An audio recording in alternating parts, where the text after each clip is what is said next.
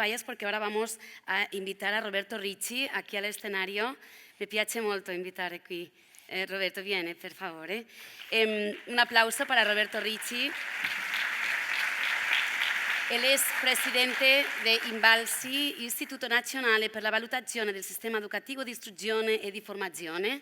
Es doctor en metodología estadística para la investigación científica en la Universidad de Bolonia y tiene un recorrido profesional de más de 20 años involucrado en analíticas del aprendizaje mediante pruebas estandarizadas. Es miembro también del Consejo de Gobierno de PISA, de TALIS, del Grupo de Desarrollo Estratégico de PISA y miembro de la Asamblea General de la International Association for the Evaluation of Educational Achievement. Vais a ver que esta charla se va a realizar en inglés, como os hemos dicho al inicio de la sesión de hoy, en la aplicación que deberíais haberos descargado y que si no os invitamos a hacerlo ahora. Vais a encontrar un icono donde pone traducción y ahí podéis elegir si lo queréis en catalán, en castellano o escucharlo en inglés. Voy a seguir mientras se descargan la aplicación porque veo que algunos están estresándose. Roberto Ricci en los últimos años ha estado involucrado en la implementación a escala nacional de importantes herramientas de evaluación en el ámbito escolar y recientemente ha trabajado en la transición hacia la digitalización. Es también autor de numerosos artículos divulgativos y técnico-metodológicos sobre aspectos relacionados con la medición estandarizada a gran escala. Bienvenuti. Suerte. Ciao, Roberto. I wanted to bring in Roberto Ricci's and INVALSI's experience when we were discussing about international experiences. Bringing in Anglo-Saxon or another institution always says they don't have the same culture as us. Okay, let's bring someone who we can talk culturally in terms of education. And I really think INVALSI's change in the last 5-6 years is worth discussing. So thanks a lot, Roberto. Thanks for coming today, and thank you for inviting me. Roberto, so we have 20 minutes to go along the transformation of INVALSI. INVALSI is the Institute of Evaluation and Research of the Ministry of Education, Instruction and Merit now. Yeah, exactly. In Italy. And before we talk about all these changes, I wanted to ask you very quickly, what's the story of INVALSI? Because I also wanted people to understand that we come along very similar paths. We come from systems with a tendency for opacity, which is true. It is part of the Latin culture, but that the progress has been made and there have been changes that have kind of broken some barriers, but at the same time respected the culture. No? So can you tell us a bit before this, where were you, what's the story of INVALSI, and then we go on to the reforms. Thank you. With pleasure. Thank you very much for this question. INVALSI was founded at the beginning of the 70s year of the last century. It started as an institution for educational research and especially for international comparisons, international surveys. Until the end of the first years of 2000, more or less the institution,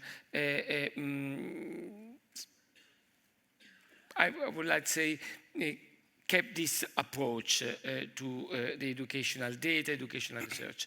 And then at the end of last century, in Italy, we had a new law, constitutional law, that enforces the autonomy of schools. And so the idea is, if the schools are autonomous, at the same time, we need an external evaluation in order to check that the main goals, the main features of the school are more or less the same all over the country. That is the idea. Mm-hmm. And then it started the changes and the new approaches, very similar to the approaches that you depicted in your presentation, if I understood properly. And this is very quickly the story of my institution. Okay, so can you depict us what happened in the last 5 to 10 years? What are the changes that you have what is the process that you have established with census evaluations, with the evaluation first, and then we'll discuss technology. Yeah, I have to say, like marriage, the evaluation is a very long business, very, very long business. It means we start at the beginning of 2000, more or less, and with a very traditional evaluation, with a lot of discussions and problems, let's say, issues and challenges. But more or less 10 years ago, we as a country understood that technology posed new challenges that we have to face if we want that the school system stays relevant for our population. And the technology, from my perspective, has played a very important role. Technology is a part of the history. Of course, you have to strike a balance. Technology, persuasion, and also the strength of the law as well. Mm-hmm. So in 2017, we had a new national law that requires, by law, that all the national assessment has to be administered electronically. Mm-hmm. From scratch, we had to change. Which years do you assess children? We have 5 moments during the school time span. It means grade 2 and 5. It means primary school in Italy, and we have middle school, this low secondary school, so we have another national test at the end of grade 8, where the students have to take the first national state exam in order to enter the upper secondary school, and then we will have another 2 ways of testing at grade 10 and 13, the last year of the schooling. Okay. And this happens every year? Yes, and you guys every year at census basis. And this has allowed you to develop an data architecture of learning? Yes, exactly. According with the main feature that you said, we changed the perspective. We are not more speaking about tests, but we are speaking about item banks. It allows to use item response theory, rush models, and in order to estimate in a proper way the ability or the skills. Is another long business. If you want to speak about abilities, competencies, skills, is a huge topic. But and I think we as institution exerted a kind of positive lobby on the government by asking them not to provide to the students, to schools, a number. It means 200, 210, but levels. And levels are able to describe what the student is able to perform according to the national guidelines. Mm-hmm. This is very, very important. Yeah. Just to give you an example, I guess that more or less in Europe is an issue that drop out. Yep. But I do believe that nowadays the dropout, of course, is extremely important, but rich countries, more or less, very generally speaking, are able to manage the problem, or at least to reduce the problem. Nowadays, the problem is how the student left the schools, even if they get the diploma. So we were able to introduce the idea, the concept of implicit dropout. Mm-hmm. It means you get the diploma, but your skills are not consistent with the national guidelines. Mm-hmm. And by using these levels, we are able to define at least the minimum acceptable level after 8 years of schools, after 13 years of schooling, and say nowadays in Italy, more or less, roughly speaking, we have a explicit proper dropout rate of 10% of students, but on top of that, we have more than 7-8% of students that reach the diploma, but the level of knowledge is comparable to the students who leave the schools in advance. That's what you call implicit dropout, Yeah, in Spain. exactly. Dropout And use is not the receivable. data in this way is extremely important. Without external evaluation, it's impossible to do that. Totally, no. In Spain, we have a dropout I know high that, in many regions. Yeah, because I spoke about the national level, but I don't know if you know the situation of Italy, but Italy consists of a list of 2 countries in the north, very more similar to Germany or France, and the south in a more difficult situation. Tell us about the digitalization of all the system, and I'm especially interested in usability. Yeah. How is INVALSI a useful tool for principals or for teachers? It's a big journey, let's say, in this way, because I'm also a mathematician. I was, at least, and the problem is how to convey this huge amount of information in a useful way. So you have to invest a lot in the way that you give back the data to schools with some tools in order to read the data. It's extremely dangerous. You need an external control as well.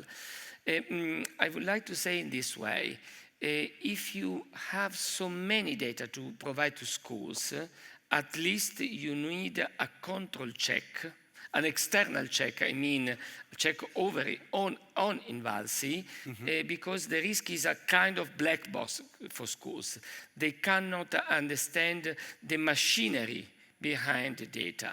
You spoke about item response theory. It's extremely important. I did my PhD, so I'm fond of IRT, but we have to say it is completely impossible to understand the machinery, I think, at least for 90% of teachers, school principals. What type of information would you present to schools? We present levels of students. It means the percentage of students at several levels, the trends over the years, because in Italy, I guess we have this, you have the same, we have a code system, ID system. We are able to trace the students from the pre-kindergarten till the end of the, at least, university.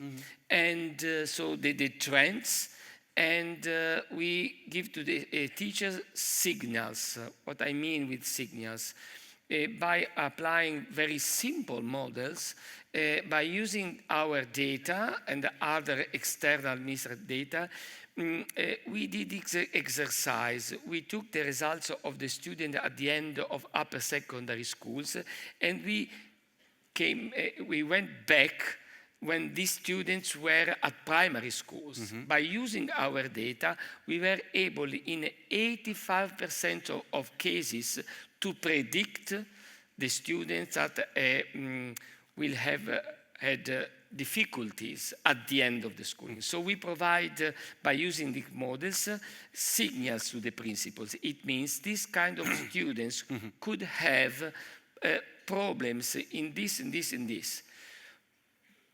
Please check it if it is consistent with your information. Add your information at school level, but take care of the students. You have these traffic light systems for schools. No? Yes, exactly. How does it work? Just in order to simplify, this is a traffic light system.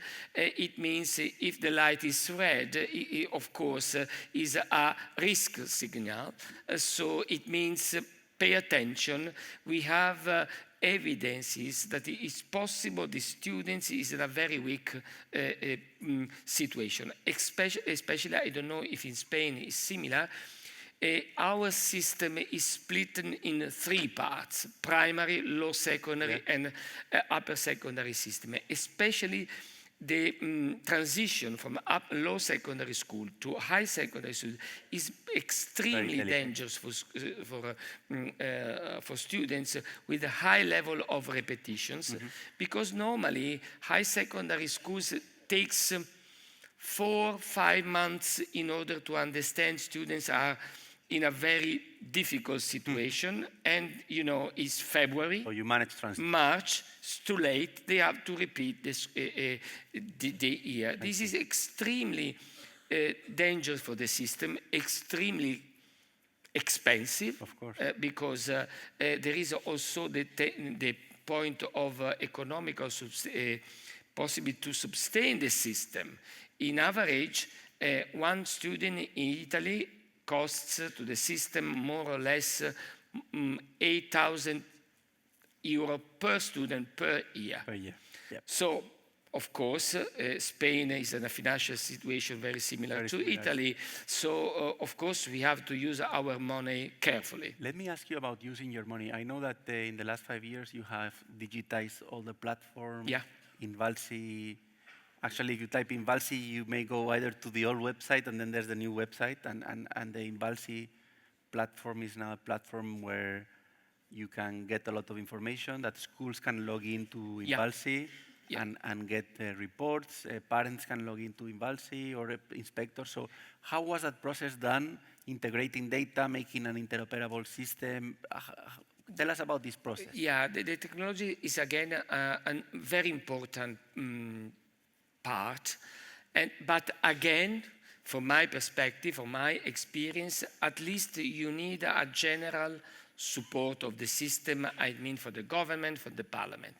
Because at the beginning of more or less 10 years ago, it was a new law, it was a platform, a national platform, is called, sorry if I speak in Italian, Scuola in Chiaro. It means, I think it's clear, even our languages are so close, and where schools are, have the duty to publish some data, not the data of the national testing, but they can do it if they want. How is that process working? So in Spain, the data protection law does not allow to publish information about schools that tell you about the socioeconomic information or student learning. And this is a widely accepted policy, and not many people question it. How has this been, what was the reaction on that? Yeah, the reaction is complicated. It means, of course, data protection is an issue. I'm optimistic in general, and I think it is a positive issue. It means, of course, you have to be very careful because the data could be also very dangerous for students in terms of profiles and so on and so on. But at the same time, you have to use the data properly in order to help students. And to be very honest, if you want, or if you like to go in some direction you need a low coverage. So it means, just to be clear and honest, some aspects you need an explicit law that allows you in order to publish this data. Okay. Otherwise, it's impossible, I think.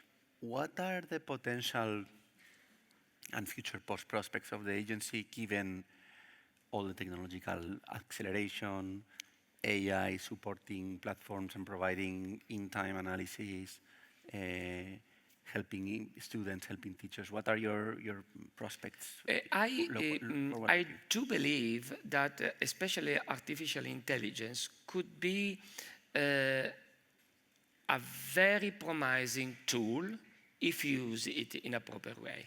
If I good understood your presentation, you spoke about two, how can I say, poles of a segment. It means summative evaluation and formative or educational evaluation, as you call it. For me, this distinction is a theoretical distinction that we need in order to understand the problem, but it's a kind of a continuum. And artificial intelligence could help us in order to cover this continuum. And we are investing a lot in terms of, how can I say, develop data, tools, materials for schools, because to be entirely honest, the item banking approach works very well in order to provide precise estimations, but it moves the perspective, how can I say, more on the results and less on the teaching part, because you have to keep secret the questions, you cannot publish everything, and so on. By using the artificial intelligence, we are working a lot in order to cover this, to overcome this drawback and provide schools a lot of materials in order to use it and to have tools in order to measure the level of achievement on national standards. Correcting, for example, is one of the... Just to give you an example, reading comprehension. Reading comprehension is the key, the key point, the key stone of every learning process, okay? And we assess these processes very carefully, and we describe the results also precisely. But if you give the schools example, what does it mean to test general inferences from a text? Or what does it mean to test global or specific inferences, or understand the meaning of the text by detecting the use of adjectives, just to give an example. And sometimes we understand that teachers are quite in trouble to find tools in order to give that in this direction. And artificial intelligence could give us a lot of possibility and to save time. Save time. Roberto, it was a true pleasure to For me? Listen to you and to listen more about the experience of INVALSI. I invite our guests and audience to look at the INVALSI new portal and to explore a little bit. I think there are enormous opportunities, but at the same time there are risks. No? Oh, definitely. President Trump is reducing money on the Department for Education, and I know in this area of simplification of messages, evaluation is a complex thing. It takes time, so we have to protect it. And I do thank you for your work and the work you have been doing. But you don't have to be scary. Leaving is a risk. Of course. Leaving is a risk.